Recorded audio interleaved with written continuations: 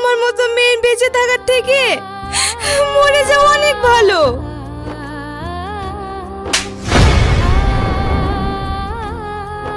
সুরজ, তুমি দেখো, তুমি হয়তো ভুলে যাচ্ছ ও আমার স্বামী।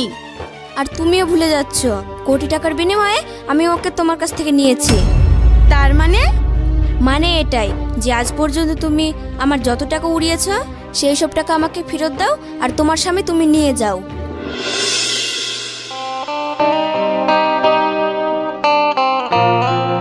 শুনছো? তাড়াতাড়ি এসো, তোমার খাবার রেডি। হ্যাঁ, আসছি।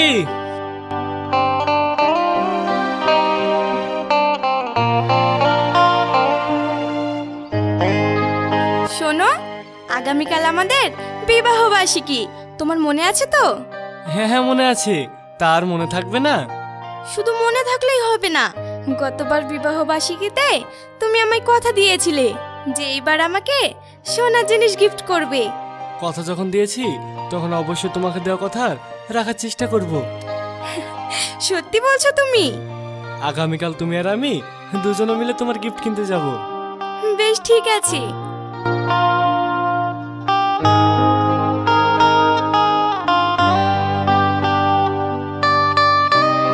আমার খাওয়া হয়ে গেছে, এবার তাহলে আমি যাই। সাবধানে যেও।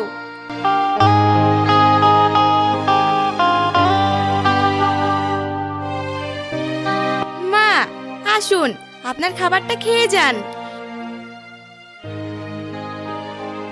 সুরজের খাওয়া হয়ে গেছে বৌমা? হ্যাঁ মা, আপনার ছেলে খেয়ে এক্ষুনি বেরিয়ে গেল, এবার আমি আর আপনি খেলেই হয়ে যাবে।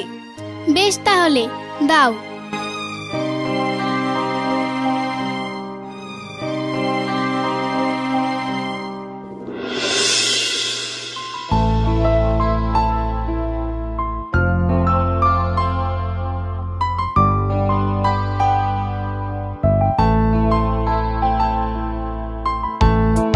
বলছি ম্যাডামের জন্য কিছু কালেকশন দেখান। হ্যাঁ স্যার।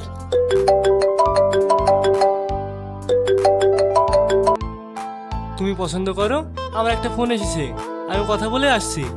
ঠিক আছে। আচ্ছা ম্যাডাম, আপনাকে কিসের কালেকশন দেখাবো? মানে চুড়ি, আংটি, নেকলেস এইসবের মধ্যে? আমাকে ওটা দেখান। সোহেল, ম্যাডামকে কিছু এক্সক্লুসিভ নিউ মডেলের নেকলেস দেখা। হ্যাঁ ম্যাডাম, এখানে আসুন। আমাকে ওইটা একটু দেখান তো। হ্যাঁ ম্যাডাম।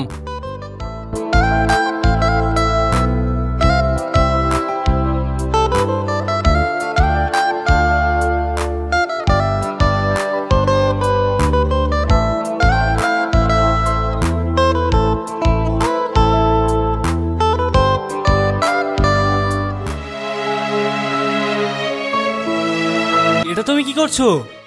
কেন, তুমি গয়না পছন্দ করতে বললে তাই আমি পছন্দ করছি। দেখো, এটা পরে আমাকে কত সুন্দর লাগছে। হ্যাঁ মানছি, আমি তোমাকে পছন্দ করতে বলেছি, তাই বলে তুমি এত দামি একটা সেট পছন্দ করে বসে থাকবে? এটা দাম কত জানো? দাঁড়াও, আমি জিজ্ঞাসা করছি। আচ্ছা দাদা, এটা দাম কত হবে? আপনি ওনার কাছে যান, উনি এই দোকানের মালিক, উনি বলে দেবেন। আচ্ছা দাদা, এটা দাম কত? এটার দাম খুব একটা বেশি না, ওই আপনার 1,65,000 টাকার মধ্যে হয়ে যাবে। বলছি দাদা, আমাদের এটা লাগবে না, আপনি বরং হালকা ওইটার মধ্যে কিছু দেখান, এই যেমন আংটি বা অন্য কিছু। বেশ, আমাদের দোকানের নতুন ডিজাইনের কিছু আংটি এসেছে, আমি আপনাদের সেগুলোই দেখাই। হ্যাঁ।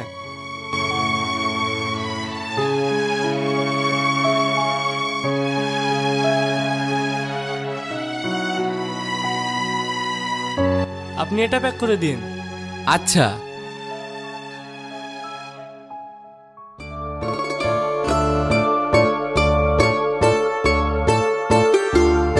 কত দেব? 15,300 টাকা। বেশ, আমি আপনাকে ফোন পে করে দিচ্ছি। ঠিক আছে স্যার। চলে গেছে। ওকে।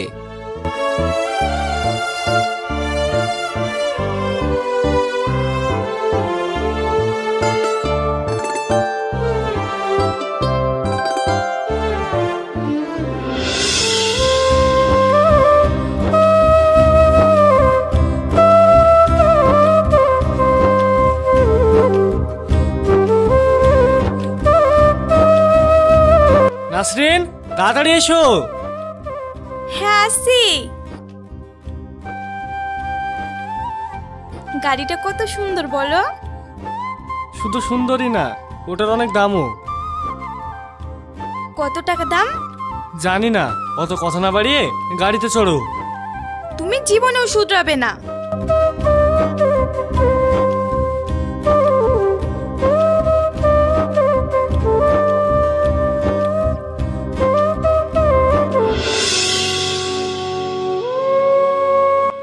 জানো তো, কালকের ওই গাড়ির আর নেকলেসের কথাটা আমার মন থেকে যাচ্ছেই না।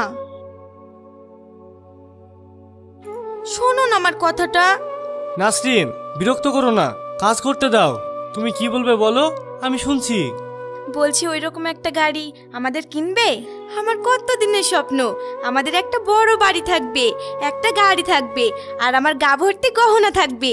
আমি একবারে রাজরানীর মতো থাকবো। এসব তুমি কি বলছো? দেখো নাসরিন, আমি এর আগেও তোমাকে বলেছি এত কিছু করা আমার পক্ষে সম্ভব না। আচ্ছা তুমি বলো, যেখানে আমি একটা কোম্পানির সামান্য এমপ্লয়, প্রতি মাসে 22 থেকে 25 হাজার টাকা আমি মাইনে পাই, সেখানে লক্ষ লক্ষ টাকা খরচ করে কিভাবে আমি তোমার স্বপ্ন পূরণ করবো বলো? এর মানে তুমি কি বলতে চাইছো? আমি এটাই বলতে চাইছি, তুমি তোমার ওই স্বপ্নের কথা ভুলে যাও। আমরা দুজনে যেভাবে সুখে সংসার করছি, এইভাবে না হয় আমাদের দিনগুলো কেটে যাক। অসম্ভব, আমি কখনোই আমার স্বপ্ন দেখা ভুলবো না। এগুলো আমার অনেক দিনের স্বপ্ন, তাই আমি আমার স্বপ্ন যে কোনো উপায়ে পূরণ করবই করব, বুঝলে?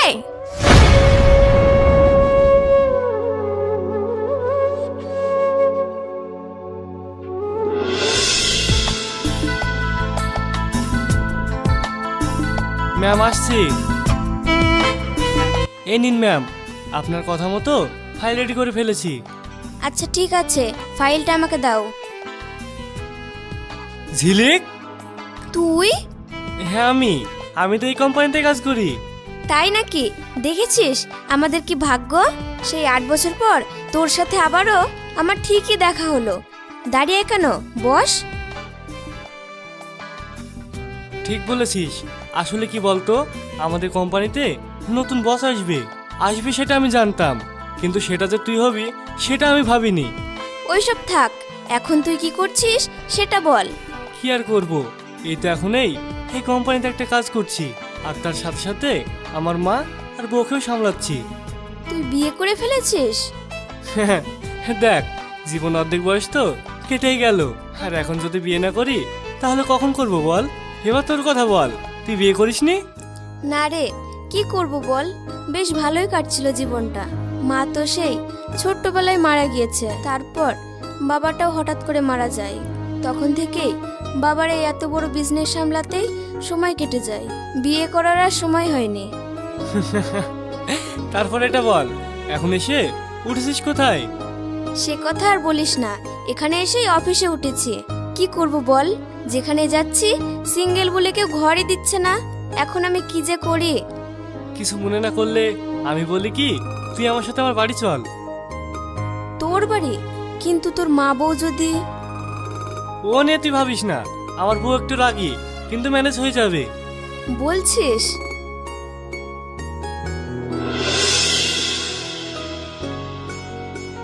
আচ্ছা মা, আপনার পায়ের ব্যথাটা এবার একটু কম লাগছে? হ্যাঁ মা, থাক, তোমাকে আর পা টিপতে হবে না। তুমি বরং আমাকে ওষুধটা দাও, আমি খেয়ে একটু ঘুমাই। আচ্ছা ঠিক আছে।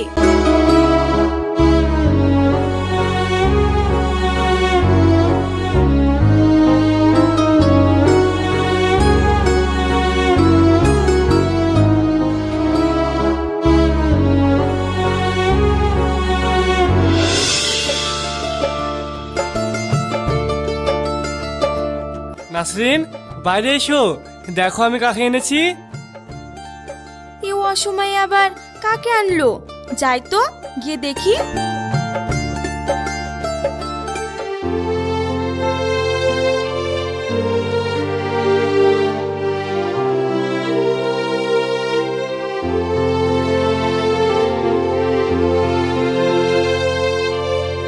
এই মেয়েটা আবার কে?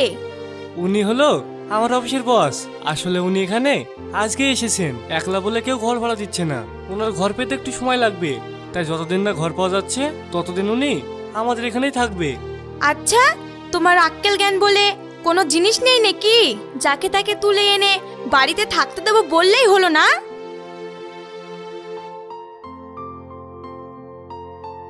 শোনো, ওকে থাকতে দিলে তোমারই লাভ।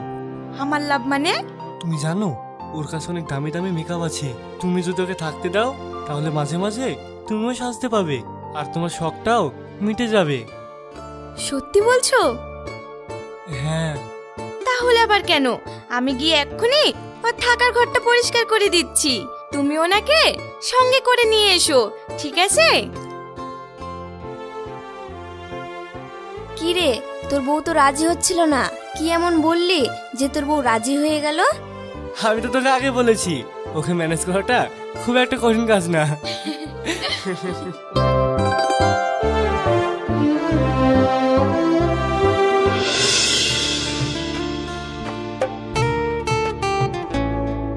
মা, আব্বা, তোমরা হঠাৎ করে কিছু না বলে?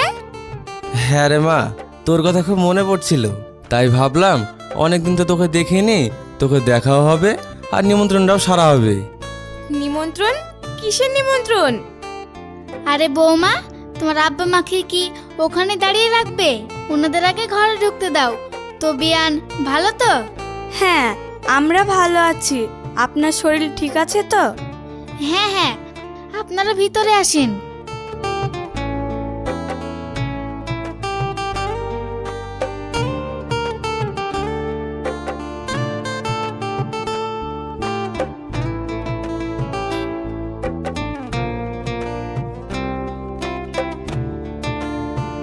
নাসরিন, আমি রেডি হয়ে অফিসে যাচ্ছি।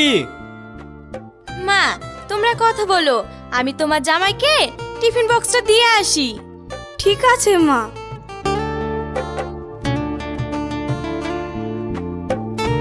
শোনো, তোমার খাবারটা তো নিয়ে যাও। ও, দেখেছো আমি একদম ভুলে গেছি। দেরি হয়ে যাচ্ছে, এবার আমি আসি।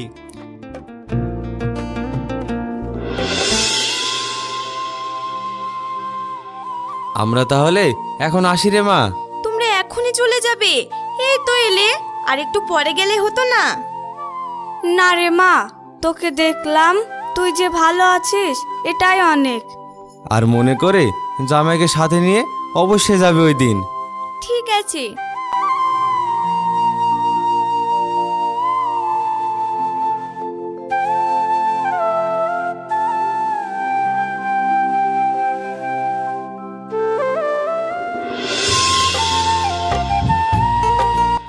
কি ব্যাপার, তুমি আজ অফিসে গেলে না?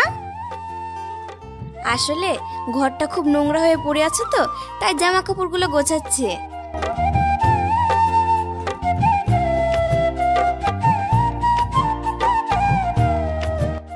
বাহ, তোমার শাড়িগুলো তো খুব সুন্দর লাগছে। এগুলো নিশ্চয় অনেক দামি। দামি তো বটেই। তাও কত হবে? এখানে অনেক রকমের শাড়ি আছে, কোনোটা 5,000, কোনোটা 7,000, 12,000, নানা রকমের শাড়ি আছে। এত দামের শাড়ি তুমি পরো? হ্যাঁ। তোমাকে আর একটা কথা বলবো? হ্যাঁ বলো। বলছিলাম যে তোমার কাছ থেকে একটা খুব সুন্দর গন্ধ পাচ্ছি। এটা কিসের? ও, এটা এটা তো পারফিউমের। দাঁড়াও, আমি তোমাকে দেখাচ্ছি। এই যে এটা, তুমি চাইলে লাগাতে পারো। লাগাবো? বেশ।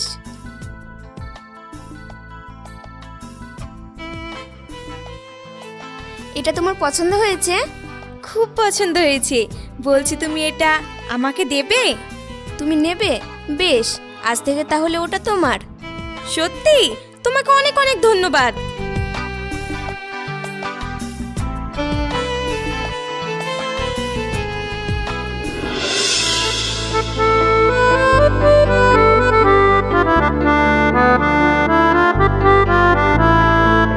নাসরিন, তোমার কি হয়েছে?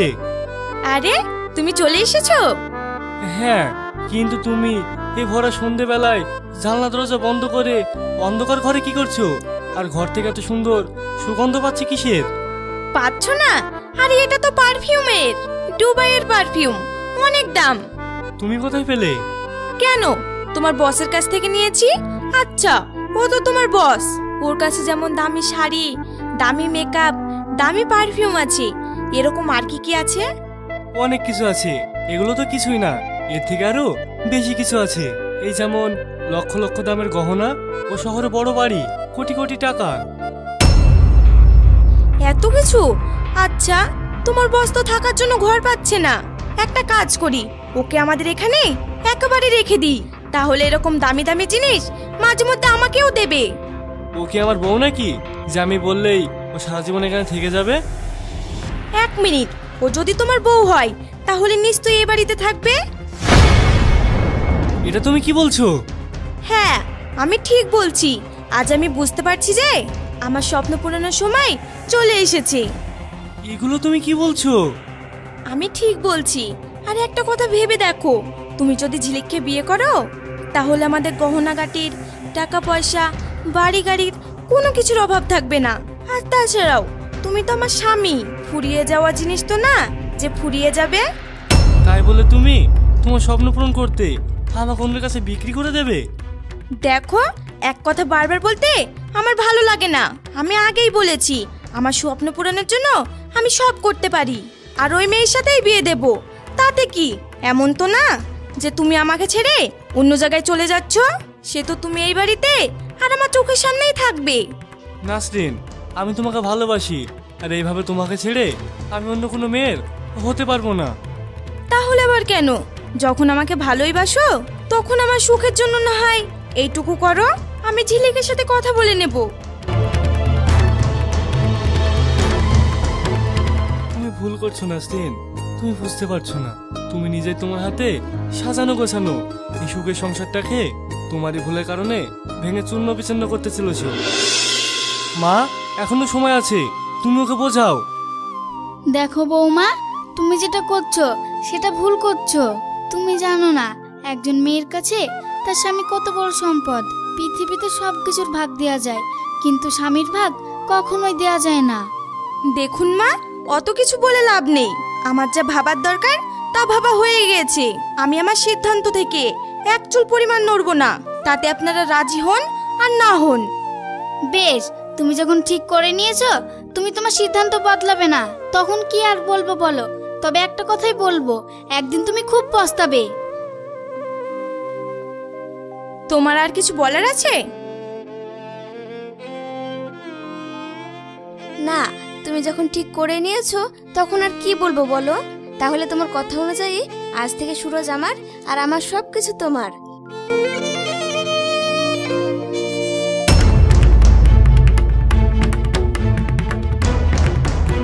এই সব কিছু আমার।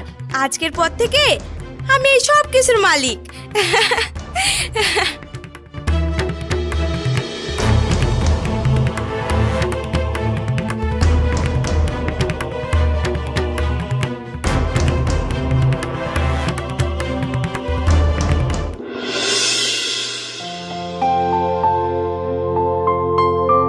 আমি অফিসে যাচ্ছি। ভালো কথা, যাও। আমার টিফিনটা দেবে না? এই রে, দেখেছো, আমি একদমই ভুলে গিয়েছি। তুমি একটা কাজ করো, আজকের দিনটা বাইরে খেয়ে নিও। তার কোনো দরকার নেই, এই নাও, আমি তোমার জন্য টিফিন নিয়ে এসেছি। তুমি? হ্যাঁ আমি। আমারও তো তোমার প্রতি কিছু কর্তব্য আছে না, যেহেতু আমি তোমার বউ। তাহলে আবার কেন? তুমি যখন সংসারের হাল ধরতে লেগেছো তখন যাক বাবা, আমি একটু নিশ্চিন্ত হলাম। তুমি অফিসে যাবে না? না, আমি ঠিক করেছি আজকের পর থেকে তুমি অফিস সামলাবে আর আমি সংসার সামলাবো।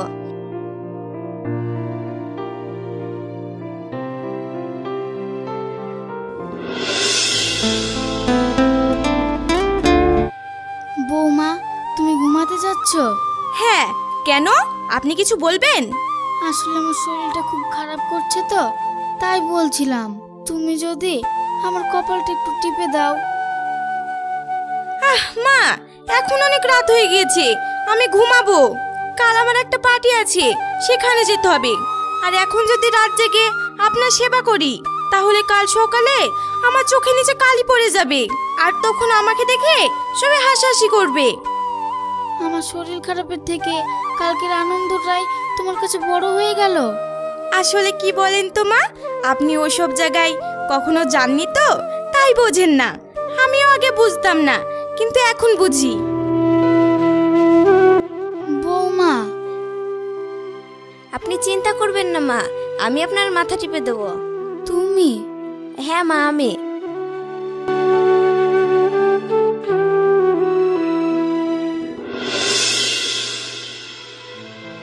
রাত 9টা বেজে গেল। আগে তো কখনো এত দেরি নাসরিন করেনি। এই জন্যই আমি বলি বউটা কত ছাড় না দিয়ে মাঝে মধ্যে একটু শাসন করিস। জানি না মেয়েটা কোথায় কি করছে। ওই তো নাসরিন আসছে। আমার দিলে লিখে দেব, যার নাম রে সে আমার প্যার লাল রে, প্যার লাল রে। নাসরিন, তোমার এই অবস্থা? তেমন কিছু না, আমি একটু এনজয় করেছি তো তাই। ইস, কেমন মদ মদ গন্ধ করছে। আমার তো ভাবতে অবাক লাগছে যে আমাকে এই দিন দেখতে হবে যে এই বাড়ির বউ মদ খেয়ে আসবে। ছি। আমি বলি কি, তুমি ওকে ঘরে নিয়ে গিয়ে শুয়ে দাও, ওর এখন বিশ্রামের প্রয়োজন। তুমি ঠিক বলেছো। প্যার লাল রে, প্যার লাল রে, আমি ড্রিঙ্ক করব, ড্রিঙ্ক।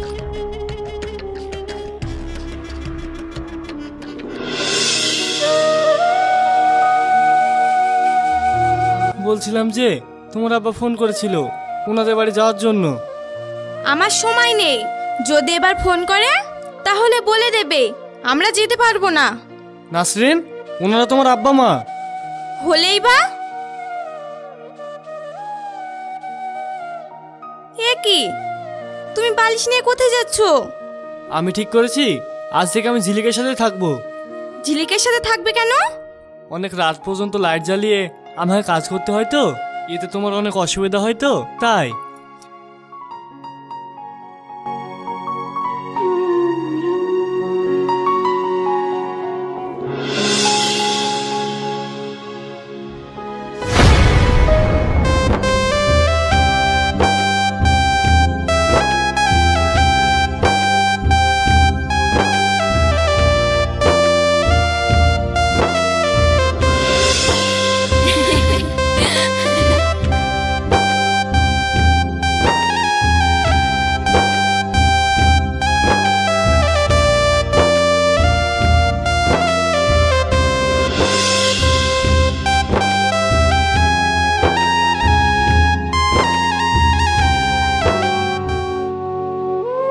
এ কি নাসরিন, তুমি? হ্যাঁ আমি। কিন্তু তুমি হঠাৎ আমার ঘরে? হ্যাঁ, আমি সুরজকে আমার সাথে নিয়ে যেতে এসেছি। নিয়ে যেতে এসেছি মানে? আসলে ওকে ছাড়া আমার বড্ড একা একা লাগছে। যখন এই ঘরে ঢুকছি ঘরটা যেন কেমন খালি খালি লাগছে, তাই নিয়ে যেতে এসেছি। আসলে ওকে ছাড়া আগে কখনো একা থাকিনি তো, তাই ও যেন আমার অভ্যাস হয়ে গেছে। কিন্তু এটা তো সম্ভব না। ও যেমন তোমার অভ্যাস, ঠিক তেমনি ও এখন আমার অভ্যাস হয়ে গেছে। ও চলে গেলে তাহলে আমি কি করে থাকবো? দেখো, তুমি হয়তো ভুলে যাচ্ছ ও আমার স্বামী। আর তুমিও ভুলে যাচ্ছ কোটি টাকার বিনিময়ে আমি ওকে তোমার কাছ থেকে নিয়েছি। তার মানে এটাই যে আজ পর্যন্ত তুমি আমার যত টাকা উড়িয়েছ সেই সব টাকা আমাকে ফেরত দাও, আর তোমার স্বামী তুমি নিয়ে যাও। কিন্তু এত টাকা আমি পাবো কোথায়? সেটা আমি কি করে বলবো? তাই বলছি, এখন অত কথা না বাড়িয়ে ঘর থেকে বেরিয়ে যাও।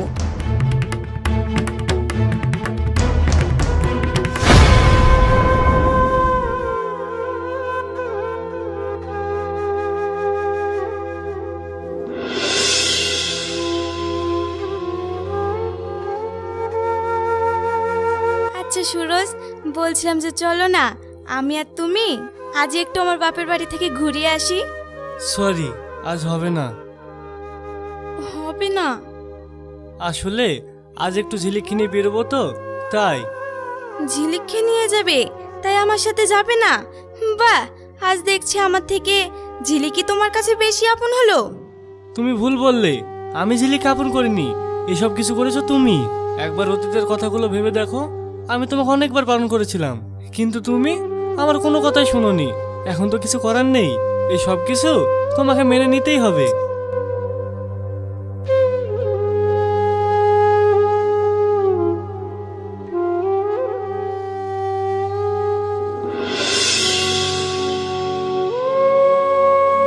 মা, আমি খাবার বেড়েছি, আসুন খেয়ে নিন।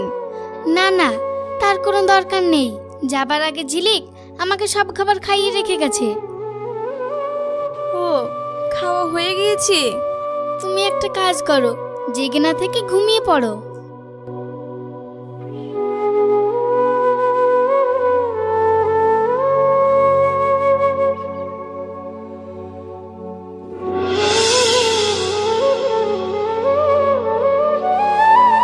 নাসরিন, তোমরা চলে এসেছো, হাত মুখ ধুয়ে এসো, খাবার খাবে। আসলে হয়েছে কি নাসরিন, আমরা খাবার খেয়ে এসেছি, তুমি খাবারগুলো সামলে ঘুমিয়ে পড়ো। তোমরাও খেয়ে এসেছো?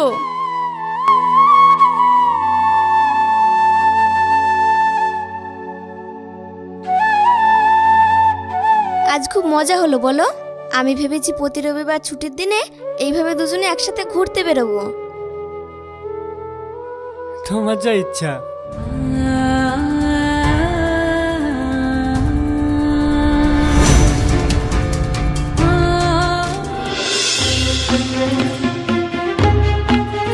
মা, মা, তাড়াতাড়ি এসো। কি হয়েছে? তুমি এভাবে চিৎকার করছো কেন? তোমরা কেউ নাসরিনকে দেখেছো? নাসরিন? কেন, নাসরিন ঘরে নেই? না, নেই। আর ওর ঘর থেকে আমি এই চিঠিটা পেলাম। চিঠি? কই দেখি। প্রথমেই আমি তোমাদের সবার কাছ থেকে ক্ষমা চেয়ে নিচ্ছি। যে কাজ আমি করেছি সে কাজের ক্ষমা হয় না ঠিকই, কিন্তু তবুও তোমরা আমাকে পারলে ক্ষমা করে দিও। আজ আমি বুঝতে পেরেছি যে একটা বিবাহিত নারীর কাছে পৃথিবীর সব কিছুর থেকে তার স্বামী মূল্য অনেক বেশি। কিন্তু সামান্য এই কথাটা বুঝতে আমি যে বড্ড দেরি করে ফেলেছি। টাকার লোভে আমি যা যা করেছি, এত কিছুর পর তোমাদের সামনে গিয়ে আমার ক্ষমা চাওয়ার মুখ নেই। তাই এই চিঠির মধ্যেই চেয়ে নিলাম, পারলে তোমরা আমায় ক্ষমা করো। আর তার সাথে সাথে এটাও আমি বুঝে গেছি যে এই বাড়িতে আমার প্রয়োজন ফুরিয়ে গেছে, তাই আমি এই বাড়ি ছেড়ে চলে যাচ্ছি। তোমরা সবাই ভালো থেকো। আর ঝিলিক, তোমার দেওয়া প্রতিটা জিনিস আমি আলমারিতে যত্ন করে রেখে গেলাম। তোমার জিনিস তুমি বুঝে নিও। ইতি, হতভাগী নাসরিন। এবার কি করব? আমাদের হাত পা গুটিয়ে বসে থাকলে হবে না, আমাদের ওকে খুঁজতে হবে। তুমি ঠিক বলেছো। তবে আর দেরি না করে এখনই চলো।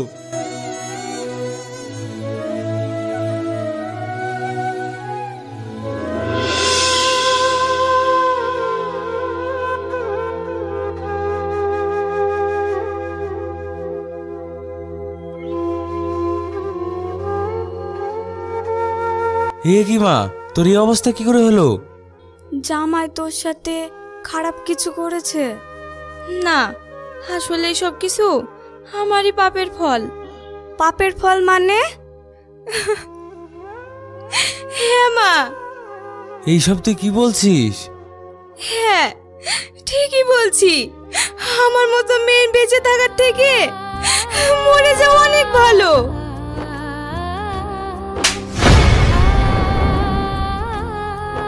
সুরজ, তুমি? হ্যাঁ আমি। এটা তুমি কি করতে যাচ্ছিলে? কি করব বলো, এছাড়া যে আমার আর কিছু করার নেই। কে বলেছে করার নেই? তোমার অনেক কিছু করা আছে বোন। না, নেই।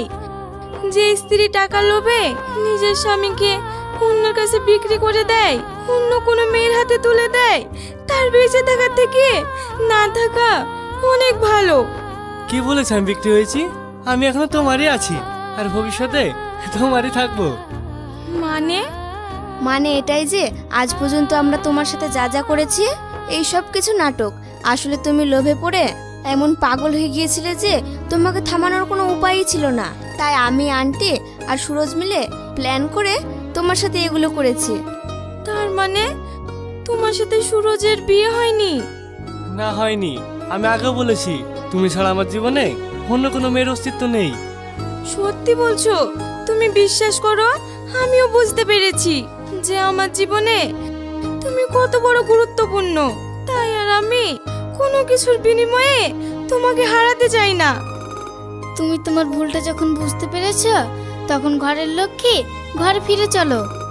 বিয়ান ঠিক কথা বলেছে। ঠিক আছে, চলো। এইভাবে দুজনে আলাদা হয়ে যাবে?